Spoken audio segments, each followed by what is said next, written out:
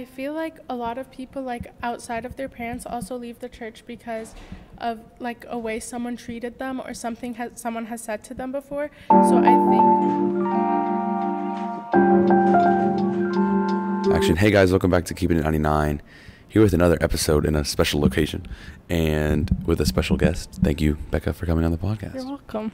This is part 1 of our Coptic life series. So, it's a great way to start off the series in a, hopefully this is a fun series and fun episode and we're not stuck in this corner ever again because it's really awkward. But anyways, thank you, Becca, for coming on and taking time out of your day. You're welcome. So my first question to you is what does it mean to be a Coptic person? Like, what does that mean to you?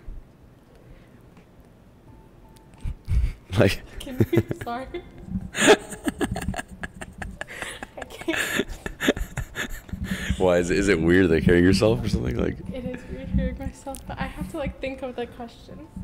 No, you don't. You just got to give the first thing that comes to your head. It's like whatever answer comes, you just go. Got to be fluid. Not. Well, being Coptic, I feel like a big part of it, like more than the Coptic, is being Christian. And that's a really important part about it. I hate hearing my voice. If you really dislike it, you take the headset off, it's fine. What? And it's like being a Christian, but not very common in America, so which makes it a little bit more difficult because when I say I'm Coptic, no one really understands what I'm talking about, and that's basically it. I don't really know what else to say. It's fine. Like whatever it means to you. Yeah, I think for a lot of people, it's a lot of Coptic people. It's hard to kind of. It's not like a really easy question to answer. It is a hard question to answer. Yeah. Because it's like, a lot of people don't think about it like that. No one really thinks about it like, what does being Coptic mean to me? It's just kind of like, what do I mean? Like, what is my role in the world of being, yeah, Coptic? And we grow up going to the Coptic church, so it's not something you generally think about. It's something you get used to doing. Like, I go to church and we do liturgy and we have longer liturgy and our Holy Week is different. And it's something you just get used to, I feel like. Yeah, I agree. It is definitely something you get used to, like being born in the church. Do you find that as kind of like an obstacle when you're developing friendships with others at all? Yeah, because everyone will talk about going to church together, and you don't really can't do it because you go to a Coptic church, and no one's gonna come with you because also we speak English, Arabic, and Coptic, and so most of them won't even understand what we're saying during liturgy. And also the length of our services is completely different than any other church. Yeah. You're in college, you go to UGA. So what is it like kind of, having that faith in a big school like that? I feel like it's easier because it's such a big school, there are people who are Coptic at the school, and there are people with a bunch of different backgrounds. So everyone's kind of more understanding. So in a way, it's easier than in high school, because in high school, everyone lives around the same area and they go to almost the same church and their home is really close. So there's more diversity, basically. So you find college as a Coptic, from that aspect, easier than high school? Yeah. Because it's just more diverse, there's more people there. Yeah. I get that. Do you feel maybe because the Christianity in general is attacked by a lot of people, yeah, and it's very easy to attack and it's okay to attack it. Do you kind of feel threatened that because college in general is a very liberal institution. So how do you feel kind of going through college, knowing that a lot of your professors, a lot of your classmates, look down upon what you believe in? I feel like because they look down on it, it gives me a reason to fight for it, and to find a reason why what I believe is correct, and to be able to talk to other people about it, get reasoning and understand what I believe more. Because if you hear people fighting against what you believe, either you listen to them or you find a reason why they're wrong and your belief is stronger.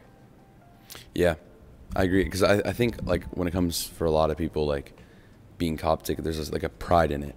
There's a very like strong, I know for myself specifically, like there's a very strong pride in being Coptic, and that pride can either pull you in more or push you away a lot more. Yes. So how have you kind of used that pride to pull yourself into the church more?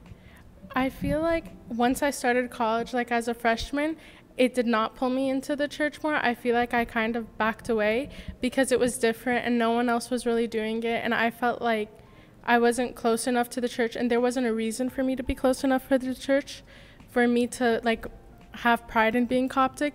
But I think like over the past year, I have more pride and I'm more involved in the church, and I enjoy coming to church more.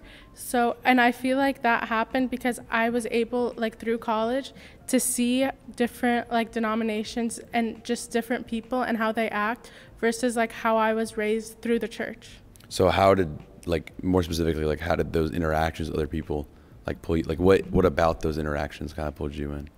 That like I feel like we respect the church, and in like many ways. Like I drive an hour and a half to go to church, and I feel like a lot of people do drive a lot. Like it's not very common to find people who are willing to drive like more than 15 minutes for church.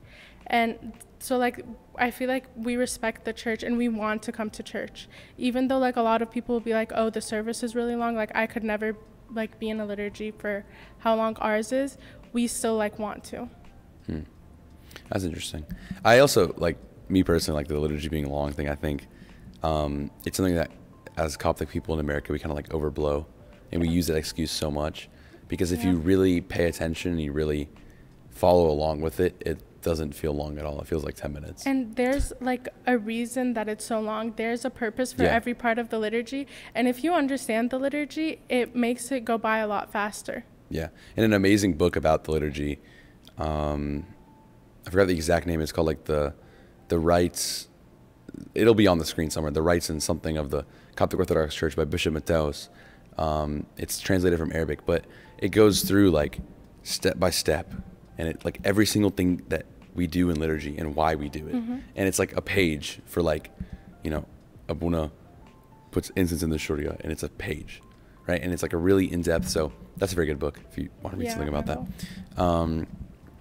And yeah, I mean, I think, you know, a lot of people ask that question, you know, why is it so long? Why do we do all these things? But it's like, it really is condensed, you know. It is condensed. And also another thing a lot of people ask that I've noticed is like why we take communion so often and how we believe it's the actual body and blood. Like I've gotten, even from my Sunday school kids, I've gotten that question a lot, and I don't think they like understand when we talk about like why we believe it like that. They understand what I'm talking about because they think like we're crazy, basically. Yeah. I mean, if you look even in the Bible, like it says when on the Sermon on the Mount, when Jesus said, you will eat of my flesh and drink of my blood, people say, oh, it's a symbol. The verse like right after says, and many people went away sorrowful. Like if you know, are good at reading, you can kind of tell like he says that and people thought he was like, people knew he was being serious. So many people left and were like, nah, this guy's crazy. We can't do that. You know, so it's just another thing when it comes to like other denominations and what they believe. Do you kind of find yourself having those conversations in college with other people more than in high school about religion, about, you know, philosophy, if you will, about like those types of things, and kind of like, do you feel like you have more opportunity to talk about your faith? Yeah, I do. Also because like a lot of people will, like, because I go home a lot and I come to church every Sunday, it'll be something that comes up a lot. And then once I say that I'm Coptic, it's like most people have never heard of it before, so it always starts a conversation with whoever I'm talking to. So how do you kind of like go about having those conversations? Like what are kind of like tips or like precautions you keep in your mind when you kind of talk about, you know, the Coptic Orthodox Church with other people? When I talk about it, usually I'll just like, they'll ask me how it's different from like a Baptist church that like they probably go to, and I'll just talk about like we do liturgy and we take communion every Sunday, and like we have it multiple times during the week, but I like more focus on Sunday, so I don't say it because like it'll overwhelm people if you like say everything we do, and that like we believe it and that our liturgies are longer, and then like I'll kind of base that off of like the like next questions they ask. Like, does that make sense? Yeah, that makes sense. So like when it comes to like the level of detail, because obviously, I mean, you could talk for years. Yeah. I mean, like that people, that's their whole life, you know. How in depth do you really go? Do you kind of, or does it depend on the person who's asking? Does it depend like what types of questions they ask? Like It kind of usually, like, to start off, I won't go in that much depth, and then it kind of just depends on the person and the questions they're asking. And usually I'll kind of know the person, so I can like base like that conversation on other conversations we've had together. And so like you don't overwhelm them, or like maybe they're not Christian at all, which is also another thing, and you don't want to like say all of these things about the Coptic church and just push them away. Like I'd rather try to bring someone in slowly instead of like say everything and be like, you have to do all this, or like you can't be Christian. Yeah, I'll say it's very like, I think personal like evangelism, like or like one-on-one, is so hard. It's so hard because there's also a relationship to maintain within that, you know, and it's just, you know, it's almost impossible. I can't do it. Like I'm extremely bad at it. Have you ever brought anyone to church? I brought my friends to church, but I not converted them. Like they just came with me to church. But most, like, they're not Egyptian, so they don't really, like, understand the Arabic that we say, or even the Coptic. And so, like, I haven't converted someone, but, like, I've talked to them about it, but, like, just, like, slowly. Like, I feel like it can easily, like, make someone be like, I don't want to be Christian because, like, she's, like, I can't do blah, blah, blah, like, when I am Christian. So I don't want to, like, have to restrict myself. Yeah. And I think, you know, that kind of goes, like hand in hand with like this mentality that a lot of people have like in the world we live in, which is like, you know, like there's some things that have no consequences and that you can kind of like do whatever you want, and it's like almost like a YOLO mentality. Like I can do whatever I feel like, no one can tell me not to. And it's like a lot of people think that's freedom, and it's just not. Like it's just not freedom. That's not what freedom is. And that conversation, I think, is a really hard one. Because it's so, the hardest thing about converting someone, or even converting yourself, like within yourself, is letting go of the old and like renewing with the new. So kind of in your personal life, like how have you kind of gone from like the old to the new? I think like, first of all, being more involved in church, like going back to the liturgy, I think it takes a lot of discipline to be able to like go through the entire liturgy without like sleeping, or wake up early to make sure you like leave your house early enough, and like to be able to focus and like actually be praying during the liturgy and not just be standing there and saying what everyone's saying. So I think that's like one of the things, like it's not like extremely serious, but I think like that does do it. Yeah. I definitely getting involved in church does more, I think, in your own personal spiritual life.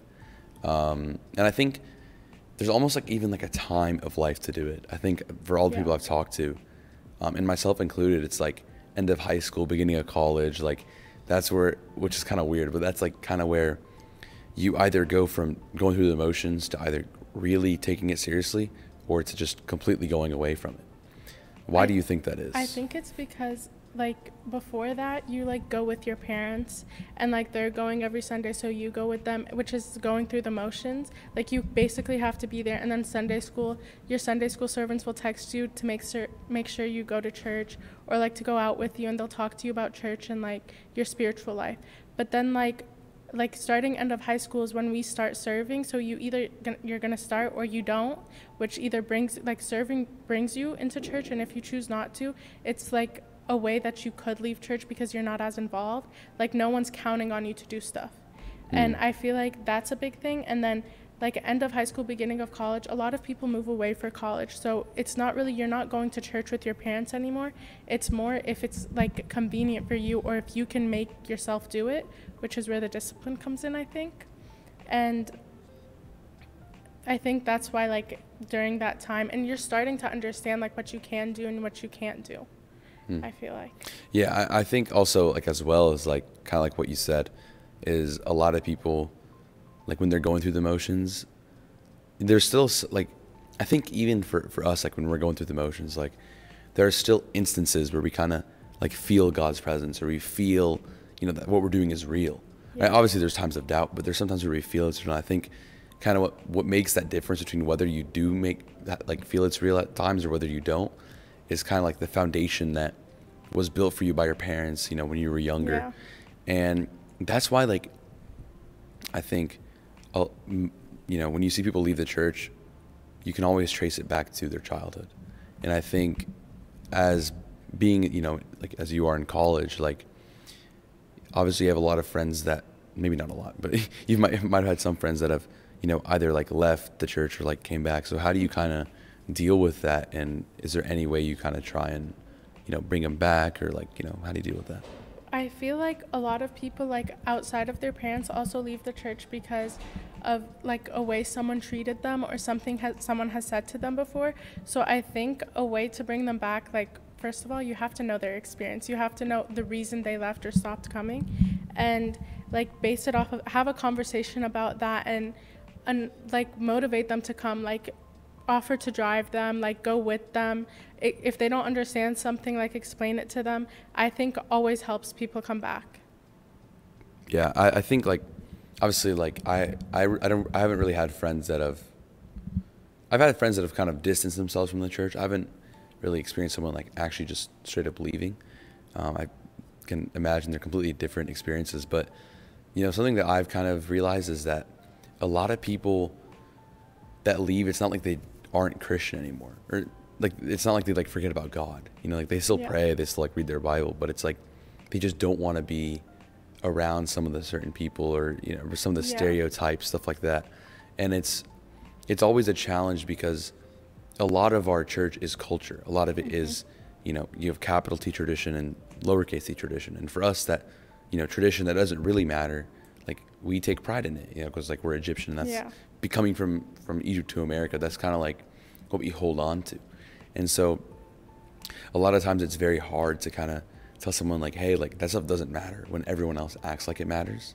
You know, those like little small things. And I think that was like the main reason why, you know, like American Coptic churches have started to become a thing, because it allows for people who don't know what the Coptic church is to come in and not have to deal with the Arabic or the Coptic. I have my thoughts on that. And like the mentality. And the mentality and the culture, exactly. And it's always a struggle though, because there's still that, you know, like, you know what I'm saying? Like still that like overhanging, you know, stereotype on it. So how do you kind of deconstruct that for those people? I think it like depends on the experience of the person. Like I know at our church, like there are some people, even it's difficult for even me to deal with them, even though I've grown up in the church, and I still have like not the best experiences with a bunch of people here because of the mentality, and also like the judgment. Like I feel like it's all of us experience it. Like there's no, just because we're Egyptian. So like make them feel comfortable with you, because we know that like a lot of people at church do it.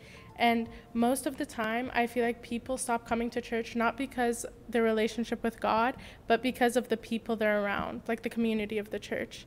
And it's not just like an issue in the Coptic church. I think it's an issue in most churches, but we see it a lot because of the mentality and the way people act. Yeah.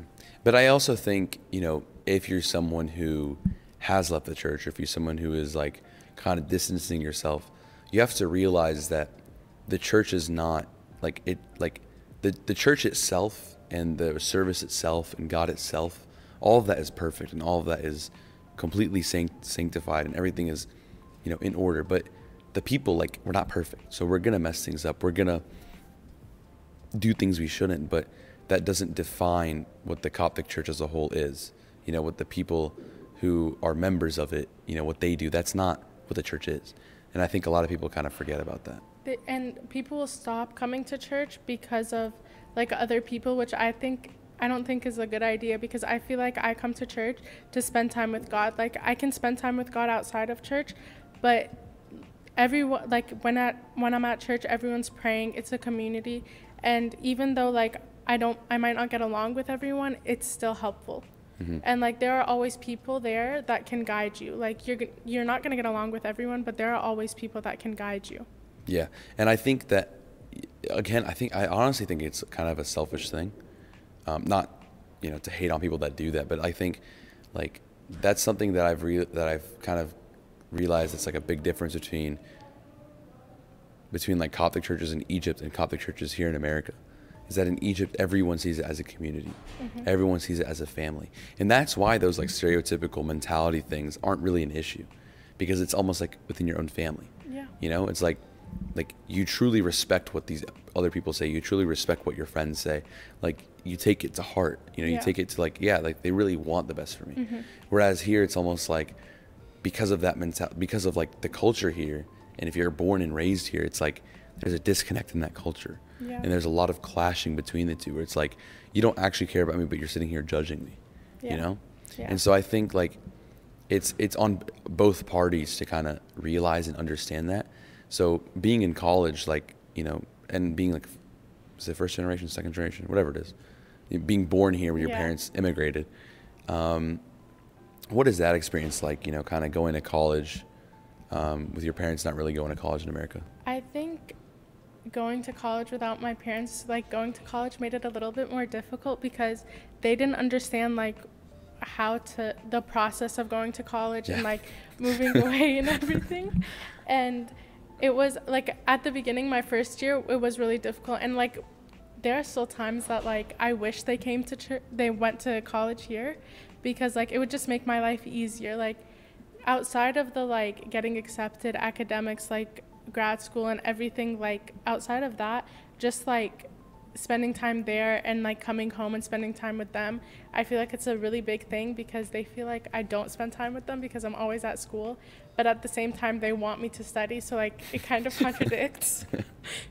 But like I feel it's something like I feel like we all get used to, like.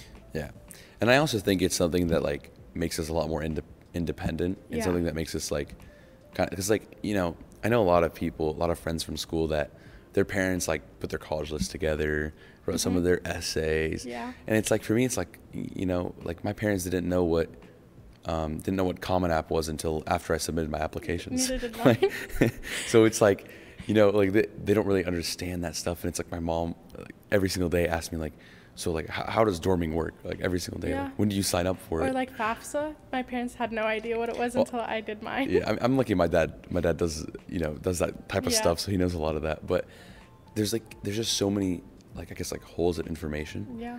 And I think being Coptic, like, because like even if you think about it, like in Egypt, how our ancestors were treated in Egypt, like it's kind of like the same. Like obviously we're not, you know, getting, you know, stoned or you know, dragged out of church and stuff. Like we're not really getting religiously persecuted here, but we are like very socially persecuted, and we are like kind of missing a lot of things. Yeah. You know, that I feel like our parents, you know, in Egypt, they're kind of like in their own little bubble. Like everyone in Egypt is either Muslim or Coptic Orthodox. Like there's nothing else, right? Here you got, I mean, the list never ends. I mean, you just keep adding and adding and adding. So it's like, it's a completely different challenge here. So how do you know, kind of take those attacks from all those sides? Because everyone seems to find like Christianity is like a common enemy in America. Yeah, they do. And most of the time I don't really have a conversation with like about like the list. That it's usually like someone who is like one denomination of Christianity, or like atheist, I feel like is very common now. Yeah. And so I'll like have a conversation about that, but usually like I don't think I've been in a situation where I've had a conversation outside of those, but I kind of try to base it off of their experience, because I feel like it's really hard to start a conversation with someone if they're not willing to listen, or like if I'm not willing to like go off of their experience, off of something they understand. Yeah. I think also, like, you know, when it comes to kind of, you know, dealing with those people and kind of like talking things with them, you know, ever since I started this podcast, it's so cliche, but that's kind of like the conversation I've been having at school, because people see this and they always got something to say, you know. And for me, it's so hard, because I think it's important to understand when someone's just coming to talk to you, just to bash you and just to challenge you and to kind of, you know, just they don't care really what you say, versus someone who actually like wants to learn. Yeah. And it's so hard to find, you know, to tell without like straight up asking them. And obviously like they're not really going to tell you if they're, you know, trying to come at you. You can tell after like after a couple of questions. Yeah, going back and forth a little bit, but from the beginning, like, you go into every conversation about like Coptic and Christianity, like wanting to help people, but you can't really tell like their intention of the conversation, which does make it really difficult because like if I'm trying to explain something about being Coptic to someone, I don't want to like hear like a bunch of bad things that they have to say. I want someone who's actually going to listen and like to what I'm saying to them and take it and then ask me questions about it. So I feel like it also like bothers me, like it can like make me want to end the conversation really fast if like that's where it's going. Yeah. And I think like a lot of people don't realize that. I think a lot of people don't realize like is that like people actually believe when they say things. Like for us, like we actually believe like what we say. Yeah. And a lot of people don't. They kind of like when they make jokes about it and they kind of go at it. It's just like, have some respect for like what other people believe in. And I think being in college or being in high school, like a lot of kids our age don't really, that respect isn't really in their priority list of things to have in a conversation. And it's really hard because as Christians, you gotta at least act respectful. Yeah. And like trying your best. Yeah. Exactly. So how do you kind of deal with that? If I don't know if that's ever happened to you, where someone's just been like sort of disrespectful, like what do you do about it? You just like walk away, like kind of. I haven't really been put in a situation where someone's been like extremely disrespectful, but like I've heard some things that like I just didn't like, and basically I just walk away, or like if like I'm close enough with the person, I'll tell them that like I didn't like whatever they were saying, because it's just like if someone says something to me that I don't like and I'm close with them, I won't really be able to talk to them until I say something about it. So if I am close enough, I like will confront them about it, but if I'm not, usually I'll just walk away. So why do you think people use Christianity as like a scapegoat? I think because it's been around so long in America, more than any other, like America like was built off of Christianity, I think. So it's been here so long that people are able to find mistakes in it. And also the way like a lot of Christians act is not like, doesn't represent the way Jesus acted when he was here. And I think like when you see someone act a way and they say they're Christian, it makes you hate the religion. Like if someone's rude or like they just like hurt you, you're gonna like say, I don't want to be a Christian because they're acting like that and they're claiming to be a Christian too. So I feel like that's a big part of it, like the people. Yeah. I like your first point a lot actually, is that it's been around for so long. And I also think you have like the commercialization of Christianity and you have the Reformation, all those other things. And those created a lot of differences within Christianity. Yeah. You know what I'm saying? All the denominations. And I think, exactly. And I think if you look at, for example, something like Islam in America, I mean, 90% of Americans do not understand that there are multiple types of Islam. Yeah. They just don't get that. Like they just, or if they do, they like know it, but they like don't understand what that really means. Yeah. And they don't understand the actual, because if they understood the actual issues between the two, they'd be like, this is crazy. Yeah. You know, like the Shia versus Sunni thing is wild. I mean, it's one of the craziest things ever. I think the Crusades is the only crazier, or you can argue not even, religious expedition anyone's ever gone on. And I think also it's like, kind of like you're saying, like a lot of Americans, like they feel almost like scared to like trash on Islam. Yeah. Or to not trash, I mean, you shouldn't trash on any religion, but to kind of even like question it. Like if you ever seen like on Instagram or YouTube or TikTok or whatever, like a negative video, sorry. Bless you.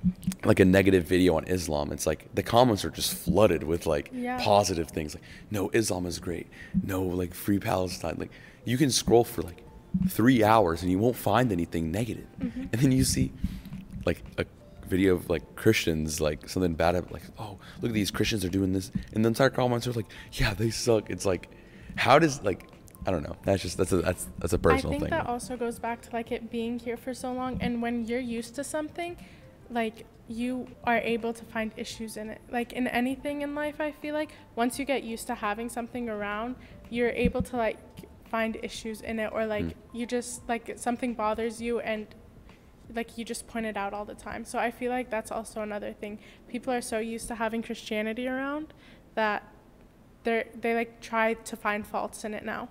Yeah. I agree. Well, thank you, Becca. You're welcome. That was a good podcast. I appreciate it. Make sure to like, comment, subscribe, turn on post notifications. And that's all. Thank you. See you next week. Bye.